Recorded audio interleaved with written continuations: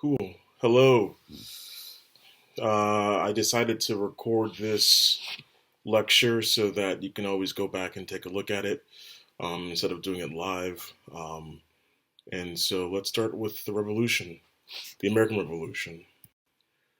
Um, our focus today will be Chapter 2, Lesson 1, The Colonies Fight for Their Rights. These are some essential questions um, that you can think about as this lecture is happening, and also when you begin to kind of read uh, the the textbook, the document itself, chapter 2, lesson 1. Questions to think about when you're reading: why did England increase colonial taxation in the years leading up to the Revolution? Why did England move away from a policy of salutary neglect? Which colonial leaders stood out as the most vocal and most radical? What British policies and laws caused the strongest colonial reaction? Why did the British government continue to tax the colonies without allowing them representation in Parliament? Why did the American Revolution become a battle of ideas rather than simply a military conflict? How did the revolution affect women, blacks, Native Americans? And how did the revolution create a new American character? So, when you're looking at the colonies um, in 1763, you have to realize that like the French and Indian War is going to change exactly the borders of the colonies when you think about France, Britain, and Spain. The English won the French and Indian War, uh, which is going to allow now for the British territory to double in size. If you notice here on the map, the green area is now the British North American colonies. Like the northern part of that section used to be New France, and when France lost, they gave up the territory to England, and so now the British colonies have doubled in size due to the victory of the British against the French in the French and Indian War. Now, the problem after the war is that the British military didn't have the resources to maintain such a large territory. Um, and because of the amount of money spent on this war effort, the economy was pretty much stretched thin. And so England began to figure out ways in which to pay for the French and Indian War. And so what they decided to do was they just assumed because the the war helped out the colonists that the colonists would help pay for the war after it was over. So once again, the British government sends over troops and supplies to help out the British colonists in America. The British win the war. It cost a lot of money, and the English people, because they're all English, by the way. Remember, it's still 1763. They just assumed that the colonists would, of course, just help pay for the war because they just protected the British government and the British military just protected the British colonists from the French. So, so the colonists are going to have not the reaction that the British government thought they would have. Um, and so, what you're going to see happening between 1763 up until 1776 is a change, a change in the mindset of the British colonists. They begin to like become more critical of the policies and the pressure that's being applied from England to the colonies. What you're going to see is an evolution of the British colonists beginning to become more and more critical of what's happening from England and these policies coming from England to the colonies, which once again the colonists are beginning to question Like, why is this all happening? Now, a turning point in the mindset of the British colonists is Pontiac's Rebellion, which is going to lead to the Proclamation of 1763.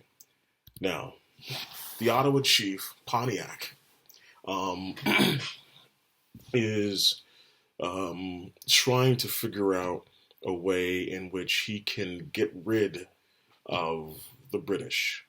With the French gone, the only enemy that the Native Americans have were going to be the British. And so the chief at this time, Ottawa Chief Pontiac, figures out that he's going to attack the British in the area in which the British were able to gain from the French and Indian War. So don't make the confusion, don't be confused by Pontiac's Rebellion and the French and Indian War. These are two separate actions that happen at two different time periods. Once again, Pontiac's Rebellion is a reaction to the French losing the French and Indian War.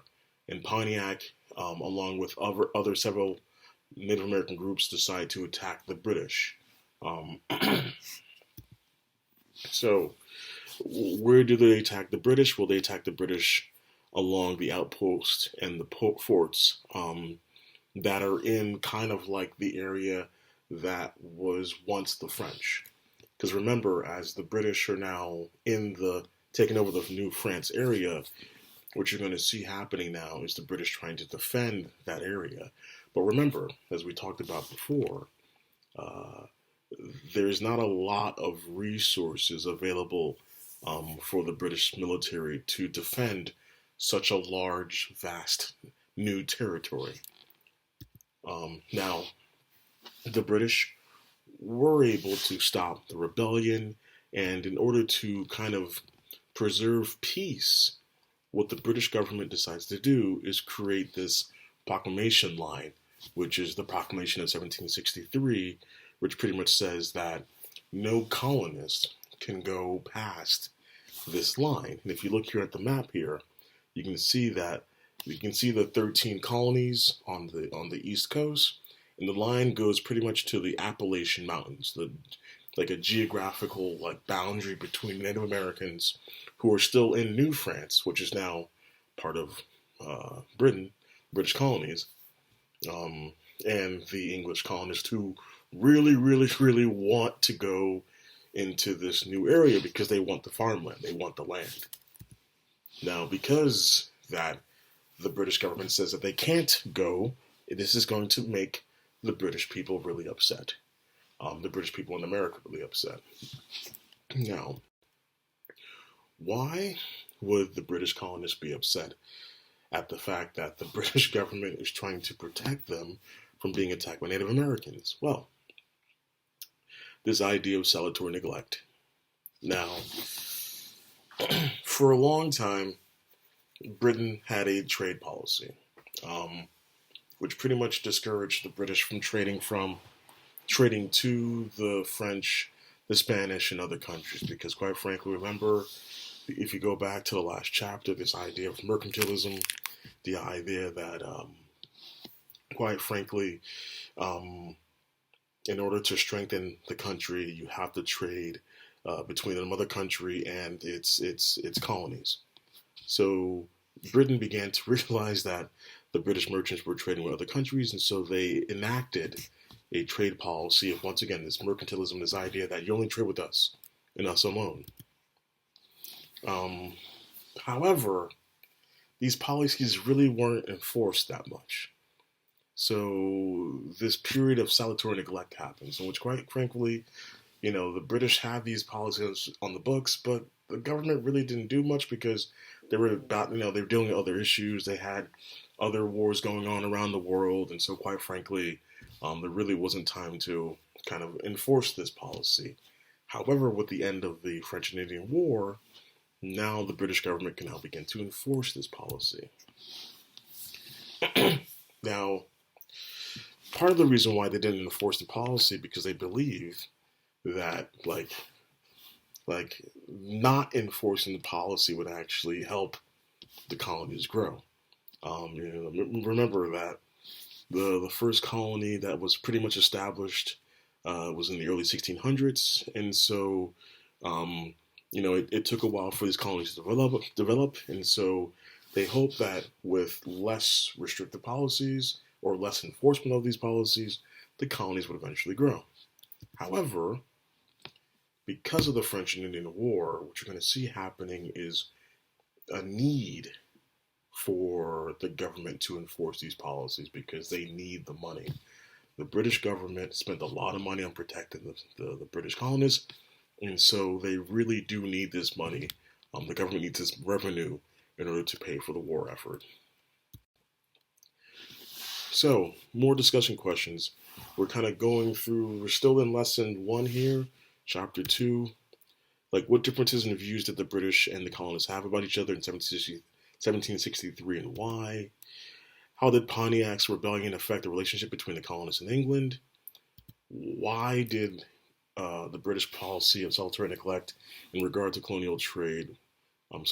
Why did the British follow a policy of salutary neglect in regard to colonial trade? What led them to abandon this policy? So these are just questions based on what we just talked about.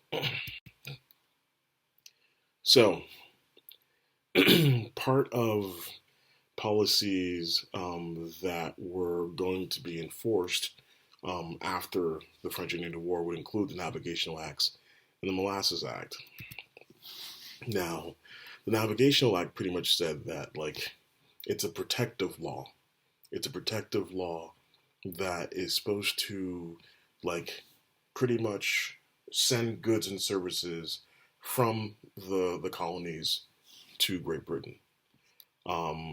So what this law did, quite frankly, is that, like, you could not export such goods to Spain or France. You would have to go directly to Britain or the colonies. And once again, this is a protective law to encourage not only the growth of England, but the growth of the colonies. Another law that was passed was the Molasses Act that pretty much said that this is going to tax any molasses, which is sugar, by the way. Sugar is molasses, coming from the French West Indies. So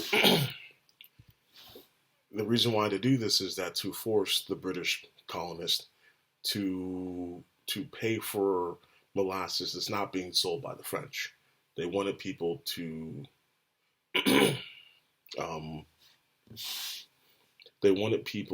buy the British molasses.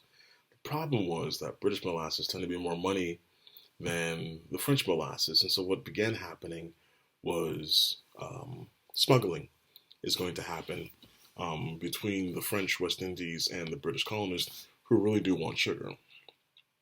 Remember, like tobacco, sugar is addictive, and people enjoy putting sugar in their coffee. But I'm sorry, molasses. Molasses is something that's used to make rum. And so imagine someone telling you that you can't have any more rum unless you pay more money for it. And so this is going to be part of the issue between the British colonists and the British government. Here's the Sugar Act now. So the Sugar Act, which is going to be passed by the government, the British government, it's going to replace actually the Molasses Act. And once again, the Molasses Act focused on rum production. The Sugar Act is, once again, sugar is used in pretty much, coffee and some other baked goods, which the British people enjoy. This tax, the Sugar Act, so when you see the word act, just think about taxes. The Sugar Taxes Act, Sugar Act, is going to tax sugar, coffee, indigo, and wine. And these are 4 things that, quite frankly, the British people love. Sugar to put in tea, also to put in coffee. Of course, wine is something that people enjoy drinking. And indigo is a dye, actually, that is produced from plants. So this stuff is going to be taxed by the British government. If people were to violate this act by smuggling or doing some other things that are illegal, then the people would be tried in military courts. Think about that for a moment. Military courts, not civilian courts. And military courts tend to be more strict about this stuff than civilian courts. So the idea of taxation without representation is born because of the Sugar Act. If you were to look at um, license plates in Washington, D.C., you will notice that it says taxation without representation because the people of D.C., just like the people during this time period, feel like they don't have anyone in government who represents them, therefore they're being taxed without representation. So the Stamp Act was passed by Parliament in the 1760s. Um, this pretty much, the Stamp Act, the thing about the Stamp Act is that in order to buy certain goods, a stamp had to be placed on the good, which is it acts like a tax. The stamp does. So the stamps prove that a tax had been paid. So if there's a stamp on a good, then you're aware of the fact that the tax has been paid. So this is what we call a direct tax. There's indirect taxes and there's direct taxes. Direct taxes is when you pay for something plus a tax. This Stamp Act is going to make people really upset, which is going to lead to opposition of the Stamp Act. So what happens here is that the Loyal Nine, as they're called, they tried to force the government to resign from collecting the taxes before the date of actually the collection of the taxes. What you're going to see happening is people being dragged, tax collectors being dragged into the streets. They're being tarred and feathered. There's a great scene in John Adams, which when I get back to school, I want to show you, in which people are just tarred and feathered. We got to realize tar is hot, and so it burns the skin, and then they throw a bag of feathers onto you, so you look like a chicken, quite frankly. You're going to have, like I said, tarred and feathered. What also happens in Massachusetts, which is a lot of where this activity is happening, this opposition is happening because of the trade and so forth.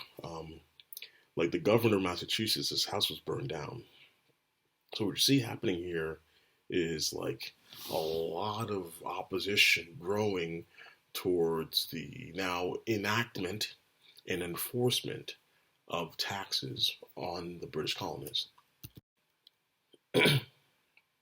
So, due to the Stamp Act, there are going to be delegates from the colonies who meet together to form the Stamp Act Congress. They meet in New York, and once again, colonies have sent delegates to New York to pretty much talk about the issue of the Stamp Act. Now, this Congress clearly stated that England had a right to make laws. If you look at the date here, it's 1765.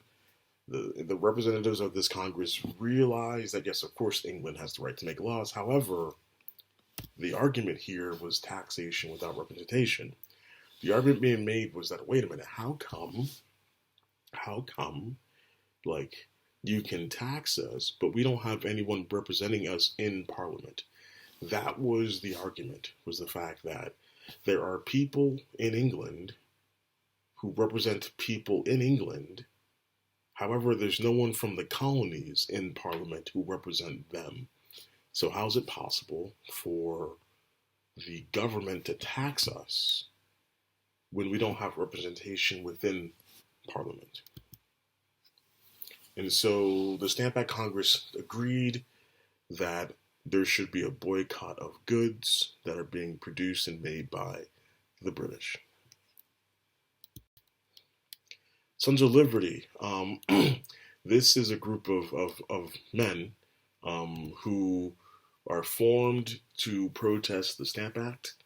Some of the people who are members of this organization include Paul Revere, Patrick Henry, John Adams. These are men who are going to become kind of famous due to the American Revolution. The same organization is going to form the Boston Tea Party as well. And so what you see happening is now the Sons of Liberty are becoming I would say, in the eyes of the British government, a troublesome organization.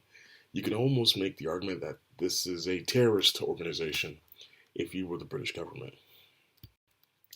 So, the committees of correspondence, what is this? This group of people are going to be pretty much spies, actually. This is an organized network of individuals, British colonists, who begin to kind of like share information about what's going on in the colonies from the British military. Um, Sam Adams, who's the cousin of John Adams, is the person who suggested the idea of actually having this information network. um, so this organization is going to allow for the birth, actually, of the first Continental Congress, which we'll talk about, I believe, in Lesson 2, Lesson 3. The Declaratory Act. So, after all the protesting, the British government decided to repeal the Stamp Act. However, they passed the Declaratory Act. It pretty much says that the British government has the right to make any laws without representation from the colonies. Pretty much, you know what, you're right, we're sorry about the Stamp Act. However, we can make any law we want to, and you can't really protest about it. Which, of course, is going to upset the people in America. So, the Declaratory Act pretty much proved that, like, there would be more taxation laws in the future. Because what it pretty much says is that, once again, the British government has the authority to make any tax law without the consent of the people in America. So, another idea, which is going to force taxation on the British people in America, is the Townshend Acts, created by the Chancellor Townshend. So, these are now indirect taxes on the people. Now, remember, the Stamp Act was a direct tax. Now, the Townshend Act is going to be an indirect tax on the people. And what does it mean by indirect taxes? Well, pretty much the cost of something is going to be put on the consumer, like, before the consumer even has a chance to purchase it. So, in order to kind of enforce this policy, because the colonists were going to be upset about this, the British are going to send troops to Boston to enforce now this new indirect tax on the colonists. What you're going to see happening due to the increased involvement of the British military in Boston is something called the Boston Massacre. It happens in March of 1770. The British soldiers are going to kill 5 protesters. One of the protesters happens to be an African American, Crispus Attucks. The soldiers actually were put on trial, and the person who was going to be the lawyer actually was John Adams. So the soldiers were represented by John Adams at the trial.